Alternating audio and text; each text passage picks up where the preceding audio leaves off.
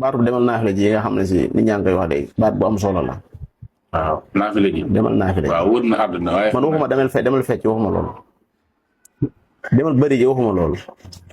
demal sàcc waxuma loolu dama demal nga naafila ji. waaw. ma ne ko naafila. waaw. julli juróomi moo nekk capital. naafila bénéfice la. naafila. commerçant du laal capital am. du bëgg dara nag. julli juróomi mooy capital. mais nag da ngaa war a am la bénéfice. bénéfice mooy jàllale nit ki en quelque sorte. yaa parce que loolu boo ko dajalee. dalay gis nga ëllëg bis penc buñ li ñu njëkk a lijjanti mooy say julli.